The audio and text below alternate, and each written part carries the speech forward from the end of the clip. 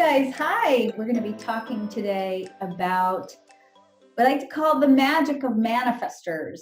And this particular call today is going to be relevant to you, not only if you are a manifestor type in human design, but if you're a manifesting generator. There'll be elements in the conversation that we have today that will be relevant to you as well. If you are the parent of a manifestor, or the partner of a manifestor, or a friend of a manifestor, or a manifesting generator, you're going to learn today some of the key elements that create the manifestor experience in life. So when we talk about human design types, and we break human design down into that very basic, simple component. And to me, the elegance of human design, the simplicity of human design really lies in understanding the nature of type. Type is how we interface with the quantum field. It influences the way in which we make decisions and choices. And when we are making decisions and choices in the way that's aligned with our energy, then we make choices that are better for us. That's not the only component that goes into what kinds of choices we make. And I want to be really, really clear that when we start to live true to our human design types, it doesn't mean that all of a sudden everything's going to be magical at first. Sometimes that means that you have to kind of come face to face through your correct decision making with all the things that you have to clear out of the way in order for you to start creating more in alignment with your well-being. There's kind of a process that goes with that. And part of that process of the journey of what I like to call waking up to living true to who you are, part of that process is exploring in depth what is your type, how does your type operate, and the themes that are very common for people who carry your type often deal with. We all have a different way of interfacing with the quantum field. We all have a different way of making decisions. And if you have had a lifetime of not ever learning how to really choose correctly with your energy, how to really interface with all the potentials that are available to you in an authentic way, you were trained to be somehow different than how you really are. If it was never really okay for you to behave in the way that felt most natural to you, then you've got to start first by looking at what's the true story of who you are, and what do you need to rewrite in that story to make it okay for you to be more how you really are. So today I'm going to start this. This is a 6-part series. We started last week talking about healing your inner child by human design. If you didn't watch last week's video, I want to invite you to really go back and watch that one first. So here we are, reclaiming your inner child by design. And again, a little bit of a warning is that you might get triggered during this presentation. The only reason I say that is because sometimes when we hear about what is possible for the ways that we could have been raised, or the way we could have been taken care of if our parents had known human design, sometimes it causes us to experience grief or sadness for maybe what the trauma of our growing up as a result of our parents not understanding our nature. Sometimes that trauma, that disconnect that we maybe experience of, that disconnect from our sense of value, and that disconnect from our place, our right place in the world, that there's grief that gets triggered when we go through this material. So I want to really let you know that my intention for this call is not to leave you hanging in a dark place, but to give you some things to contemplate. If you are a manifestor, an adult manifestor, some things for you to contemplate as part of your deconditioning process, and hopefully as part of your healing the true story of who you are. When we look at parenting, when I teach parenting classes, and back in the day when I was a child development specialist, before I knew human design was something I added to this perspective. But when I teach parenting, I teach parents to look at what their children are, what the behaviors that their children are engaging in through 4 perspectives or 4 viewpoints. So if you imagine this is the window and you're looking through the window at your child and you're seeing your child's behavior and you're seeing what your child is doing, there are 4 different things you need to consider as part of your parenting strategy. The first thing, obviously, that on this call, at least we're going to talk about, that you want to consider is what's my child's type and how is my child's energy configured? Because sometimes the quote unquote misbehavior that our children are engaging in are a function of type. They're overtired or they're overstimulated or they're processing too much energy or they've got soul contracts to live out certain themes as part of their soul curriculum that are embedded in their design, and they have to go do it. Maybe they're experiential learners and they need to go try things in order for them to get a deep awareness of what they need to learn in order for them to fulfill the truth of who they are.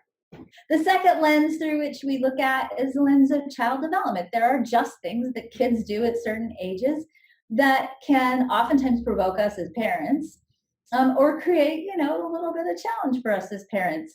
It's normal, for example, for young children between 2 and say 5 and 6 to sometimes be oppositional because part of what they're learning about at that age is how to be powerful. It's normal for 4-year-olds to be afraid of things because they're starting to cultivate a different way of engaging with the world. It's normal for teenagers to defy you. They need to in order to differentiate themselves. And if you can understand this is what my child has to do as part of their development, then you can start looking at it for what it is and working with it for what it is without being harsh or punitive. We also have to look at our children through the lens of our own personal conditioning. So today, as we talk about manifestors, maybe you're a manifestor parent. And maybe as part of being a manifestor parent, it was never supported for you to be how you are in the world. Maybe you never learned about, say, the importance of informing. And so when you parent your children and you forget the informing piece, or you forget that your energy is huge, right? And you've been, maybe you're angry or resentful because you were never allowed to be powerful in your own life. And so now your child is doing power, right? Because they need to. Now you want to overpower them because all of a sudden, as your child explores their own power, you're remembering all those places where maybe you weren't allowed to be powerful. Maybe you didn't learn how to tap into your own power. And as a result, you engage in a power struggle, you get locked in a power struggle because you're conditioned or you weren't allowed to be who you really were. And then lastly, but not least, our children do the things that they do part and parcel because the things that they do, particularly misbehavior, is oftentimes a form of communication. And children are communicating some kind of energy need through their misbehavior. And if you don't know how to interpret what your child is telling you that they need, if you don't understand the language of children, and that's not the verbal language, that's the behavioral language of children, and what those behaviors are telling you as the parent, then sometimes you miss the boat on what's really going on with your kid. So you have to have a complete perspective, a good solid viewpoint through this window in order to get the full picture of what's really going on with your kid. And in order for you to then consciously cultivate a strategy to parent your child or discipline your child in a way that supports your child in learning how to more appropriately express their needs and help them get what they want. We learned that when we learn through our old belief systems, this is old energy, right? This is like 1950s parenting, or what we used to call the it's not a democratic model, but kind of a patriarchal model of parenting, right? Or a rigid sort of disciplinarian model of parenting that we're outgrowing in our consciousness. We learn, many of us, that children misbehave because they're spoiled or they're bad. Or we say you're just like your mother or your father, or they're jealous, needy, clinging, whining, etc. Or that they have ADD or some other kind of psychological challenge or mental health issues even. If your child is misbehaving and these are your belief systems, then your child is misbehaving because you haven't controlled them effectively, right? You didn't control their behavior enough. That means you're a bad parent. Now, when you are raising a manifestor and a manifesting generator, two energy types that are really not going to do well with being controlled unless you break their spirit. And if you're deeply invested in looking like you're a good parent, so you have to pile on the force to control your misbehaving child, first of all, you're going to break your child's spirit and you're going to disconnect your manifestor, manifesting generator child from their own innate creative power. Secondly, if you're trying to break the spirit or the energy, the power force that is the manifestor, manifesting generator child, you're also going to be exhausted as a parent because you're going to have to use an awful lot of force to shut down that creative element of a manifestor, manifesting generator child. The real reason why children misbehave is because they have unmet energy needs and they're learning how to express their needs. A 4-year-old manifestor can't tell you, hey, I really need to explore the innate nature of my own creative power. So I'm going to go test the boundaries and the limits of what's possible for me. And I really need you to just stand back and let me do what I got to do right now because I've got to learn how far I can stretch the boundaries and the limits of who I am. So back off, mom, right? Your kids can't tell you these things. So they misbehave because that's the only way they know how to express their needs. So oftentimes, let's say in the case of a manifestor or a manifesting generator, one of the ways in which they're going to express their need for power is they're going to push against you. They need to do that because that's how they test. How far can I go? Where are the limits and boundaries? How much do you love me? Do you love me enough to give me enough freedom to explore? Are you going to push back against me this far so that because you don't believe in my capability, are you going to let me have so much freedom that I'm going to question whether you love me because there is no boundary? It gets very complicated in this dialogue of learning how to do this appropriately and effectively. The end goal here for parents is helping our children feel lovable, powerful, and capable, giving them the freedom to experiment and explore, especially if they are more experiential by design. That'll be your third line profiles, your sixth line profiles, your manifestors, and your manifesting generators. And other elements in other types too. Every child needs to experiment and explore in their own way. All people need to experiment and explore in their own way. And children need attention to various degrees, depending on their design. Each child's going to get these needs met in different ways, depending on their human design and their unique energy blueprint. So today we're going to explore the manifestor. This presentation today is going to be relevant for you as a manifestor parent, for you if you have manifestor children, and you will also identify or relate to some elements of this if you are a manifesting generator as well, because there's a certain component in the manifestor chart that also is carried in the manifesting generator chart. So let's start first with what makes a manifestor in the chart. So manifestors in the chart, they will always have an open sacral, and they will always have a motor defined to the throat center. So, let's look at what that looks like. So in this particular image, this is the sacral center. This is the most powerful motor in the body. Its workforce and life force energy is metabolized in this center. If you are a manifestor or a projector or a reflector, this center on your chart will be white, meaning it's open. So what happens when anything in the chart is open or white, that's where we take energy in. We take energy in and we amplify it. That's a place where you can borrow that energy. So manifestors, projectors, and reflectors can borrow workforce and life force energy. They can use it temporarily, but they can't hold on to it. And if they try to hold on to it, meaning if they try to work in the traditional way that we think of as work, if they try to define their value by the work that they do, they run the risk of really burning themselves out.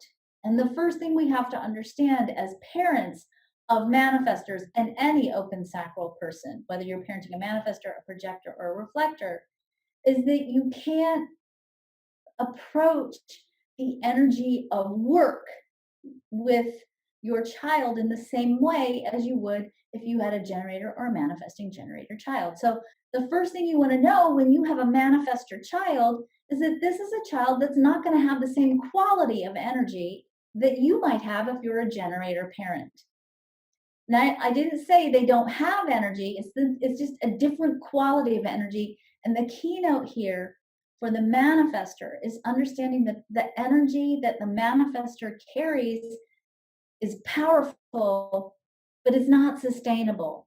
So recognizing that the open sacral child, and particularly the open sacral manifestor, the manifestor child is designed to have spurts in energy, initiating bursts of energy, but doesn't necessarily have the energy for the long term haul without cycles of respite or rest in between. And it's not laziness, and it's not lack of motivation, and it's not all those other judgments that we give to people who don't have sacral energy defined in their chart. So the open sacral has a couple of different themes. First of all, as I said, they're not here to work, and they're not here to work in the traditional way of working. I had a client one time, she had one manifestor son, grandson, sorry, and one projector grandson. And her daughter and her children lived on her land, and she had a big ranch, right? And she would send the projector grandson and the manifestor grandson out to like the back 40 in the ranch to mow the grass, right? And to do work, put the fence back together and all kinds. She'd give them chores to do outside far away from the house. And as soon as they left her energy field, and she was a generator type, as soon as they left her energy field, their sacrals would be like, and they wouldn't have access to that same workforce energy when they got away from the house. So they'd go out to the back 40 and they'd lay around under the tree in the shade. And she was very frustrated with their lack of work ethic until she finally realized that wasn't the right way to engage them in doing chores, and maybe not even the right chores for them to be doing. The open sacral, when you have a manifestor, a projector, and a reflector, when the open sacral gets under pressure from taking in the energy around, that energy gets amplified. So you've got a manifestor that's amplifying life force energy. So if you think you have a lot of energy as a generator, your kid is amplifying that energy, right? And now they're like super generators, and oftentimes the dynamic with that creates an energy pattern of not knowing when enough is enough. So sometimes manifestor children need support in learning when enough is enough. And you need to remember as a parent that sometimes that open sacral energy is going to cause a child to push back against you more than you might think is reasonable, because that's sort of the byproduct of not knowing when enough is enough sometimes. Not so much when they're little, but when they're older, when they're teenagers and older, depending on obviously what your value system is in your family, because the sacral center is also the center for sexual energy. This is an energy that when children go through adolescence and they're in an exploratory phase, there can be a lot of intensity around sexual energy and a lot of confusion sometimes around sexual energy, because when you have an open sacral, your sexual experiences are oftentimes going to change depending on who you're with. So it can feel very different in different partnerships. And certainly, I would say, depending again on what your value system is in your family, you might want to have a conversation about this, because it certainly can lead to confusion and has the potential sometimes to cause a young open sacral person to make impulsive decisions or impulsive commitments because of sexual energy, and for them to understand that the nature of how their sexual energy functions is going to be oftentimes influenced by who they're partnering with, and giving them an understanding that they better exploration might be different for the open sacral teenager than for, say, a generator teenager. The other thing that a manifestor will have, in addition to having an open or a white sacral, is they will have a defined motor from the throat. Now, in the human design chart, these are the 4 motors. Remember that the manifestor won't have the red square colored in ever. Here are the different ways that these motors can get to the chart, to the throat. So this is the will center. This is not, by the way, the only way the will center can get to the throat. It has a lot of variability, actually. So the will center can get to the throat. Think of this like, if you remember doing, I don't know, I always did mazes in the car when we went on car trips when I was a kid. I would have those big, like newsprint workbooks that you buy at the grocery store with mazes. I like to do mazes. So if you think of this as like a maze, if you can put your pencil down on the will center and follow a colored in line all the way from the will center to the throat, even if it goes through other centers first, because I have some clients where the will center will go down and then up. I have a client where the will center goes over to the diamond and then over to the left and then up. There's a couple of different ways that the will center can make it to the throat, but it has to have colored in channel getting that energy to the throat without you picking up a pencil. You don't, it's going to be an uninterrupted flow of energy. So you're going to follow it along with your pencil, but not pick up your pencil at all until you get to the throat center. The other way that some of the other motors can get to the throat is for the manifestor, the root makes it to the throat through these channels. The emotional solar plexus can get to the root. Get from the root to the throat through these channels. There's other ways that the root can get out too. So these are just some different ways that you can get energy to the throat. So again, open sacral, a white square, plus a connection between either the root center, the will center, or the emotional solar plexus to the throat. So that's what makes a manifestor by design. Now, manifestors will have aspects too. Now, the manifestor will always have the red square colored in. A manifesting generator will always have this red square colored in.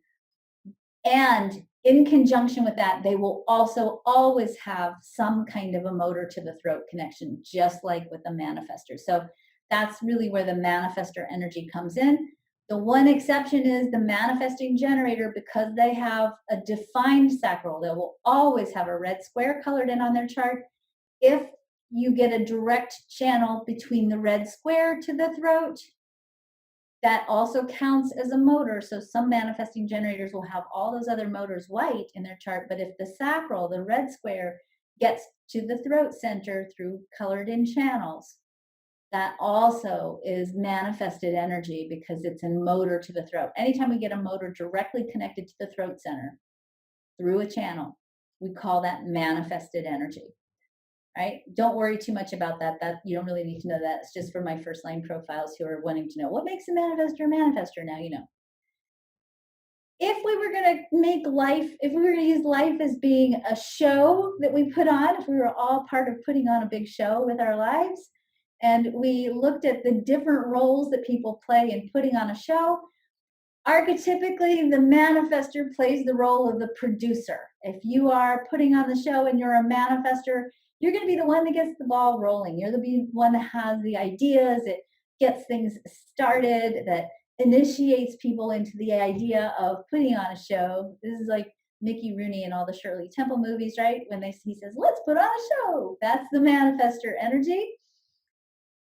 The biggest, most important thing to understand about the manifestor types is that you have an internal, nonverbal creative flow that you need to follow. And that's really the big gift and blessing of the manifestor, and also sometimes the challenge of the manifestor, because this flow gives the manifestor impulses or signals, internal signals about timing around ideas.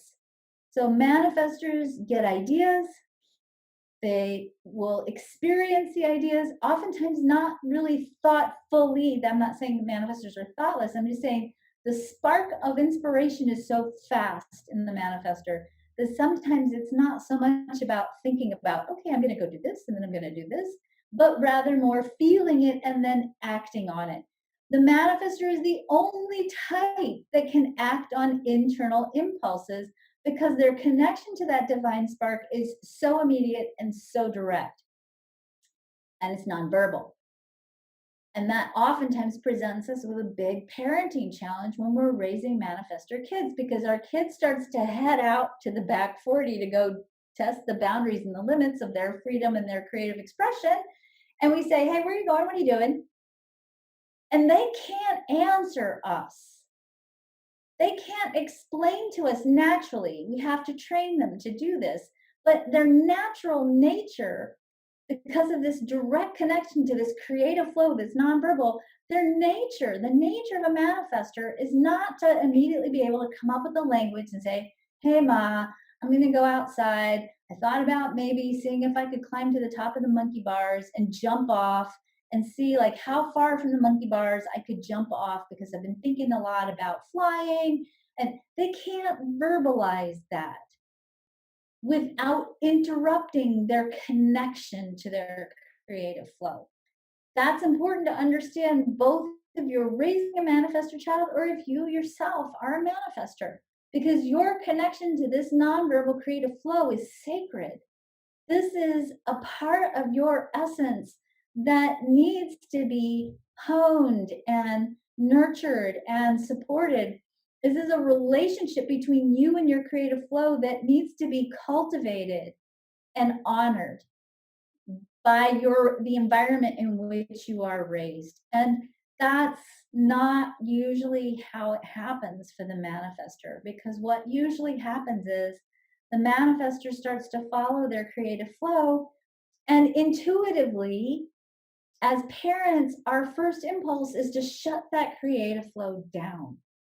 Not because we're trying to squelch our children. And that's important to understand, because I think sometimes when parents exert a lot of control over their manifestor children, and as I said earlier, that oftentimes is an enormous amount of effort, because this is a person that is not designed to be controlled. Nobody is designed to be controlled, but you really can't. It's very difficult to shut down this creative impulse of a manifestor without sometimes having to use an extraordinary amount of force, which when I do readings for manifestors, adult manifestors, is oftentimes a source of deep, deep pain, because the amount of force that has had to be exerted on them when they were children to get them to shut down that flow and be obedient was excessive, and I would say abusive. And if you learned that it wasn't okay for you to be powerful in the way that you are powerful, and you have to shut that energy down, it sometimes takes a long time to heal that and bring that back up, and to help manifestors learn how to trust again that internal nonverbal creative flow. So you have a manifestor that has this internal nonverbal creative flow, and you're a parent, and you know suddenly you've given birth to this very powerful being. And oftentimes as a parent, your first instinct is to try to shut down the manifestor. There's a weird irony in parenting. And the weird irony in parenting is that if you give birth to a generator, a manifesting generator, a projector, or a reflector, your first impulse as a parent is to try to teach them to be like manifestors, right? We tell our generator, manifesting generator, projector, reflector children, go out, follow your ideas, make things happen, go manifest your destiny, right? We push them out of the nest and we tell them, go, go, go. We give birth to a manifestor and we're like, nope, nope, nope, nope, nope. You stay right here, because we can't trust you out in the world, right? In reality, we can trust all of our kids, provided we raise them up to be how they are, right? And in reality, it's the manifestor that needs more freedom as a child. It's the manifestor that, to a certain degree, is going to be very fine, thank you very much, because it's part of their process in life to learn how to be okay, following their own creative flow. If you are a manifestor, your life purpose and part of who you are, and this is why we don't want to shut this down, is you lead change by inspiring others into action, because you are an initiating force. You do things, the things you do initiate others, and you kind of push the boundaries a little bit of what's possible as a manifestor. And if you shut that down, you don't get to fulfill that purpose in that same way. In human design, every type has a particular strategy. This is how you make decisions, and this is how you be in the world. The manifestor strategy is to inform others before taking action. And as I said, that's a tricky thing, because it's not a natural way to be in the world. In a perfect world, our manifestors could just go do what they do and we'd not freak out about it, right? But in reality, when we're parenting a manifestor child, and they take off, or we're married to manifestors, right? And they go do their own thing because we also bring our own stuff to our relationships, right? We bring our own expectations. If you go back to our window on the bottom left-hand corner, we have our own personal conditioning, right? And if you're deeply invested in, being a good parent, for example, and your manifestor kid goes and does something, and now it's a reflection on you, the parent, your conditioning is making you feel bad, ashamed, or whatever, or oh, I was a bad parent. We get that gets starts to make things get super messy, and then we can't parent effectively according to our type because we have our own conditioning we have to deal with. The manifestor process, the manifestor strategy is about taking stock before you act of who will be impacted by your actions and then letting them know what you're about to do. Not because, if you're a manifestor, not because you're supposed to be asking permission, okay? You're not designed to ask permission. You're informing so that people can get out of the way so that when you start moving, when you start following your inner creative flow, they're going to get out of your way because they're going to go, okay, he or she is doing X, Y, and Z. That's what they told me they were going to do. And now they're not standing in your way going, hey, what are you doing? Or, oh, do you need some help? Or using language that gets you out of your creative flow. When we're parenting manifestors, we have to learn how to give our manifestor children the insights on how to inform. We need them to inform because as parents, part of healthy parenting is knowing how to set good boundaries. Because a boundary, a good boundary, a healthy boundary, a boundary that has a little bend to it sometimes, actually gives a child a sense of their lovability. When your child has good boundaries, your child knows my parents love me enough to set the limits for me so that I can stay safe within these limits. If we are doing permissive parenting, which is tempting to do sometimes with a manifestor child, because sometimes when you set the boundary, the pushback is so strong with the manifestor child. If you're not clear about how to set a good boundary with a manifestor child and you cave, then you're not holding a good limit. And the manifestor starts to question their lovability. Why can't she hold a boundary for me? Am I not worth the effort to hold the boundary? I'm not saying that your kids think this consciously, but unconsciously, this is what happens. So you have to be able to set good boundaries, but at the same time, allow within those boundaries our manifestor freedom and allow our manifestor to explore and experiment with what does it mean to inform. So there are lots of different techniques and strategies for teaching manifestor children to inform. When you can lay a foundation for someone from the start that allows them to live correctly by their type, you're creating for your child a foundation that allows them to be sustainable in the world, that allows them to connect with who they are, and allows them to really fulfill their right place in what I like to call the cosmic plan so that they can do what they came here to do. So manifestors need to inform, not because they're asking for permission, but because they're getting people ready to move out of the way so that when their energy moves through the field of whatever it is that they're doing, everybody can let the manifestor do what they need to do in that creative part, because it's important. Because when manifestors do what they do, then the rest of us get initiated into being how we are. In human design, we talk a lot about not self-emotional themes or the emotional theme of the type. And if you've had your chart and you look at your chart and it says not self-emotional theme or emotional theme, it'll say things like anger, bitterness, frustration. And people often come back to me and they're like, this is awful. And they think it's personal, and it's not personal, it's by type.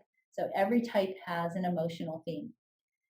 I see sometimes in human design, people use their emotional theme as an excuse to behave badly.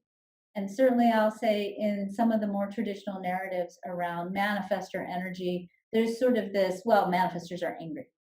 I want to rewrite that a little bit because I think that that's not a very helpful dialogue in the narrative. Well, what is a manifestor and why is a manifestor feeling what they're feeling and what does it mean? I believe that all of the emotional themes of the types are a way of lining yourself up with your natural energy. And that if you're not completely lined up with your natural energy and you don't know how to interpret the emotional stuff that's going on within you, you're not connected to yourself. You lose a key element of self awareness.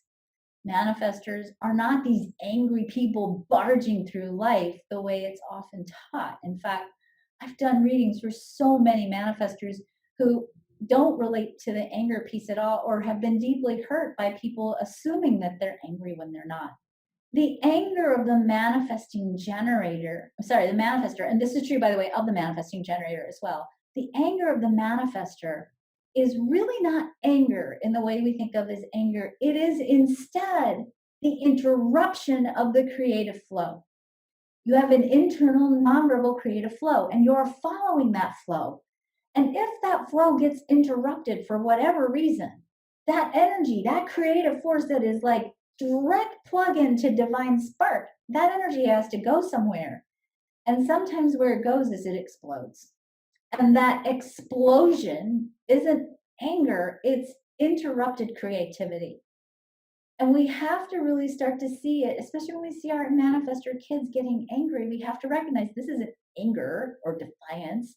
This is creative flow that isn't getting fulfilled. And it's difficult for them energetically and it's difficult for them emotionally because they're here to follow that flow. And when they can't, for whatever reason, then that energy has to dissipate itself somewhere. And so it looks like anger. We judge it as anger, but it's really not anger. It's interrupted creativity. The challenges for the manifester is the lack of sustainable energy. You don't have the ability to work and work and work and work and work. You do need cycles of rest with your manifester. Oftentimes it's frustrating because as a manifester, you do move faster than others when you're following your creative flow. And it's difficult sometimes as a manifester to get the right kind of support. And that means you don't necessarily need somebody to help you unless you ask for help, but it means you need people who can hold space for you while you do your creative thing. And for people who don't take it personally that you don't need them, because the manifestor doesn't need people, but they want people and they love people. And sometimes we equate love and need. And if you are a manifestor or you're a manifestor child, you don't need the same things that, say, a generator or a projector child does. And that the kind of support that you need is space for you to have your freedom within healthy boundaries. The spiritual purpose of the manifestor is to translate divine inspiration into action. And that action then becomes kind of like the billiard ball on the cosmic pool table or the billiard table, right? It's the white ball that goes ping, ping, ping and hits all the other balls and get them rolling. When you are a manifestor, you're following through with your connection to your divine inspiration causes you to take action, which in turn initiates others. Because of this, I like to call the manifestor the initiator. You're here to initiate inspiration, manifestation through following your own connection to the divine. Your quantum purpose is to initiate people into the energy or the frequency of transformation and creativity through direct access to the quantum pulse. In other words, your direct connection to the quantum field, to the field of infinite possibilities, and you following that connection through taking action creates a frequency of energy that is transformative and creative and initiates people into their own journey of transformation and creativity. Again, anger for the manifestor is not being rude or unacceptable or throwing a fit or anything else that maybe you were told you were doing when you were experiencing the anger of that creative disruption. It's your energy saying, oh, I didn't get to follow my creative flow. It got stopped. It got impeded. Somebody interrupted me and I can't find it again. And again, it's not anger. It's creative disruption And it's really important as parents that we help our children understand the nature of what these emotional themes mean, because when you can go, oh, I'm feeling angry. Oh, my creative flow got disrupted. Oh, I need to reconnect with my creative flow and inform so that everybody knows that I'm on my way to do my thing.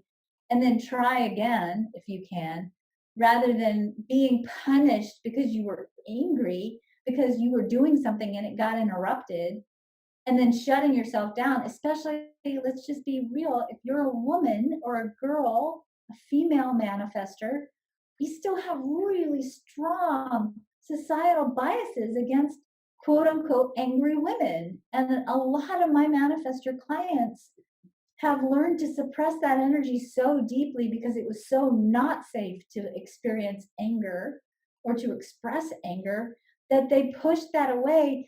And not only did they push themselves away from their energy and their creative force, they pushed themselves away from the internal signal that, oh, I'm a powerful creative being and my creative flow got disrupted. And so they can't read their own connection to their power, and they have to relearn this. And this is something that we're designed by child development, according to child development and according to the way our energy field develops. This is something we're designed to learn when we're young children, 2, 4, 5, 6, and then learn in an even more refined way when we're teens. And if you don't get to experience that and express it appropriately, that's being the hallmark. Having somebody consciously and lovingly guide you as to how you can appropriately express that energy without repressing it or be made to feel bad or wrong or shamed for it. If you don't learn how to do that, you carry that with you then into your adult life.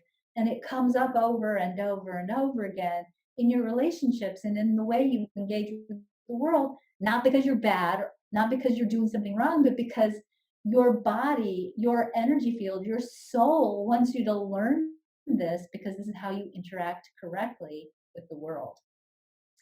So the challenge for the manifester, oftentimes as an adult, is to learn how to reclaim your power and to overcome feeling alone. Because again, sometimes what happens too is we equate not needing someone energetically with being alone. And the challenge oftentimes for the manifester is learning how to tap into support and love and nurturing, which is what all human beings need, in a way that allows them to be true to who they are and also still have the freedom to go do their own thing without being burdened by obligations or being in such a way in a relationship or a partnership that's not true to who they are. So, some challenges or some questions I want to encourage those of you who are adult manifestors to contemplate and to journal with or to meditate on is, do you express your full power or do you hide it? And is, in some way, shape, or form, is anger potentially keeping you from fulfilling your power? The parenting challenge for the parent of a manifester is to raise manifestors who are aligned with their creative power and who are connected to their unique purpose of being these creative initiatives. Manifestor challenges include the need to inform anger, knowing how to tap into your inner authority. This is a much bigger conversation, but for all of the other types, there's something outside of you that gives you keys and clues and insights into what's the next right step for you and what's the timing on the next right step. Manifestor doesn't have that. And I always tell everybody, always says, oh, I wish I was a manifestor. And I always say, it's hard to be a manifestor. You have to make decisions based on your own inner alignment with whatever your unique chart is saying your alignment needs to be around. And it might need to be around your will center, and it might need to be around your solar plexus or your root pulse. And if you don't know how that works, if you're disconnected from your own inner awareness about your own inner authority, it can be tricky sometimes for the manifestor to find that inner click that goes, okay, now the time is right. I'm going to go do it. And I find that in working with my clients that getting manifestors reconnected back with that inner authority is probably, next to helping them learn how to be okay with their anger, is also tricky. It's not impossible, it's totally possible, but it's a different conversation than teaching a generator, hey, just go like this, okay, good, you got it, go.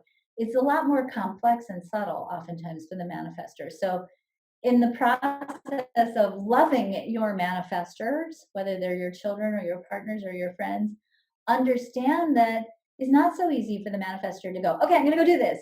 They have to wait for all these little gears and things to sync up and click into place. And they have to be aware of what those little gears are for them to be able to move forward, for them to know when the timing is right, for them to take the right action. I do find that for some manifestors, and this is something you can explore and experiment with if you're raising a manifestor child, that just like with projectors, they sometimes really need to talk through things, especially with the defined will center. They need to talk through, this is my process, this is my experience, this is what's going on with me, to get a sense of their own inner click, like what's right for them, what do they need to have in place before they take action. Again, the manifestor does not have sustainable energy.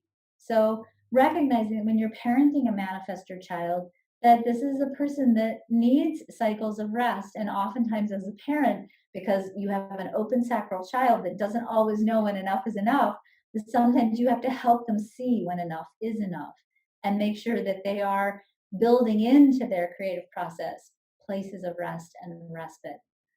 They have a tendency to burn out. A manifestor can burn out. Now, manifestors don't usually burn out until they're a little bit older, but they certainly can get burned out in the short run in short cycles too. And so recognizing that the adult manifestor oftentimes doesn't burn out until they're about 50. They can be fake generators until they're 50 and then they hit a wall. Younger manifestors aren't going to burn out necessarily in the same way, but they again can avoid a lot of it by being true to who they are and knowing how they operate and understanding their energy and learning how to create in the way that's right for them. One of the challenges for the manifestor is when they get the green light to go do their creative thing, it's difficult for them to keep pace with others because they way leave them in the dust. Or if the inner authority isn't giving them the green light, sometimes they have to work hard to keep up with others because they're not in that creative phase, they're in a respite phase or a rest phase. Manifestors can really feel different from other people. And that feeling different can be really painful, particularly again for my adult manifestors. Oftentimes they feel so different and oftentimes they feel so repressed because they've had a whole lifetime of people telling them, stop doing that, stop doing that, what are you doing, stop doing that, stop doing that. And they haven't learned to connect to their own inner authority, and they haven't learned to inform, and they haven't learned about the power of their anger. And so they oftentimes have a lifetime of kind of pulling aside and feeling very different from everyone else. In relationships, it's the manifestor that needs to initiate, which isn't usually a problem if you're a guy. But in women, in relationships, in women leading, if they're a women manifestor, it's the woman manifestor that needs to initiate the relationship to make the relationship correct. Which means if you're a woman and you have the hots for someone, it's your job, if you're a manifestor woman, to start the relationship, to ask the guy out on the date, right? Now, I think that that's getting easier and easier, but I'll say 10 years ago when I was coaching manifestor women, I still coach manifestor women, but a few years ago, that was really, really difficult for women still. And I really do think I think we're starting to have breakthroughs, but I do find that women who are of a certain age, who are manifestors or carry manifestor energy, are still bumping up against old societal norms around gender and how women should behave, right? And that's not usually a correct model for a manifestor woman. Manifestor woman needs to be the one that starts things, and that's tricky sometimes. Manifestors are not here to be told what to do. Nobody is, by the way, but it's a little bit easier with generators and projectors and reflectors. With a manifestor, you've got to have a good set of parenting skills that allow you to create healthy boundaries, healthy limits, and freedom simultaneously, and to give that manifestor child the freedom within those boundaries and limits to be who they are and to not tell them what to do, but to find creative ways to inspire them towards right action that are not exhausting and manipulative for you as the parent. Manifestors with the open sacral, sleep can sometimes be an issue for all manifestors and all humans with open sacrals. The open sacral sleeps differently than the generator. Generators need to wear themselves out every day and fall asleep exhausted at the end of the day. If you're a generator person and you are not tired at the end of the day, it means you didn't do enough and you didn't wear out your body. If you are a manifestor, you need to be in bed before you're tired.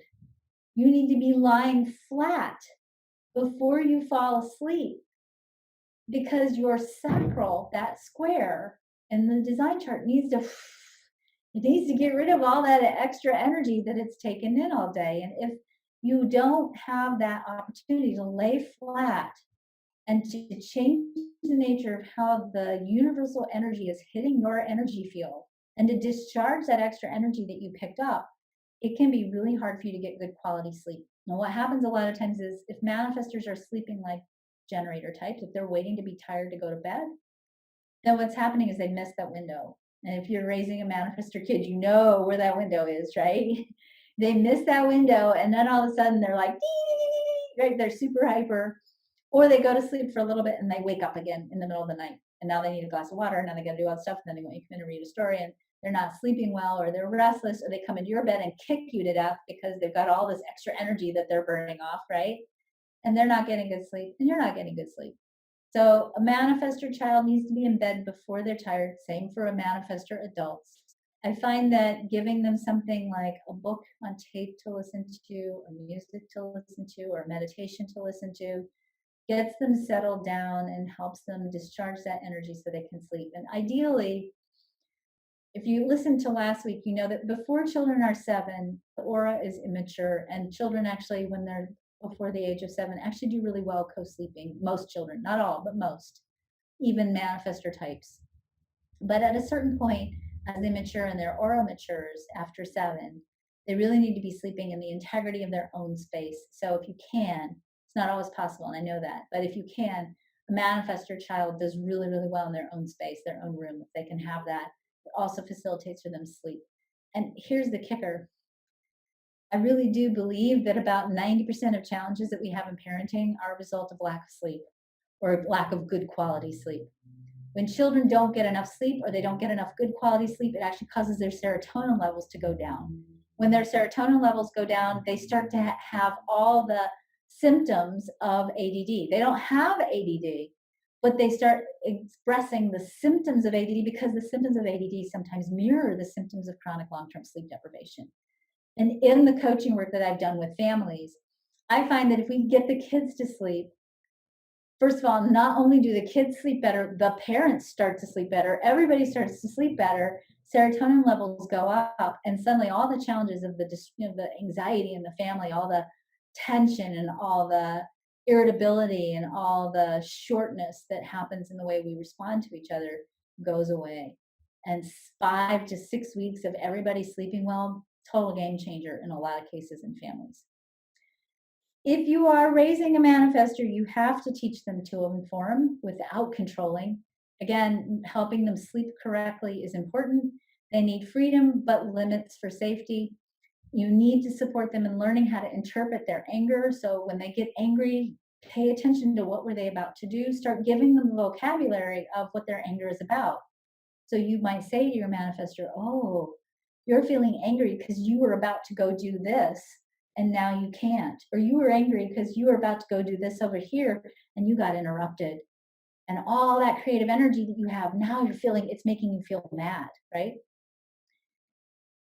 You've got to have good strategies with a manifestor child to support them in learning how to express their power appropriately.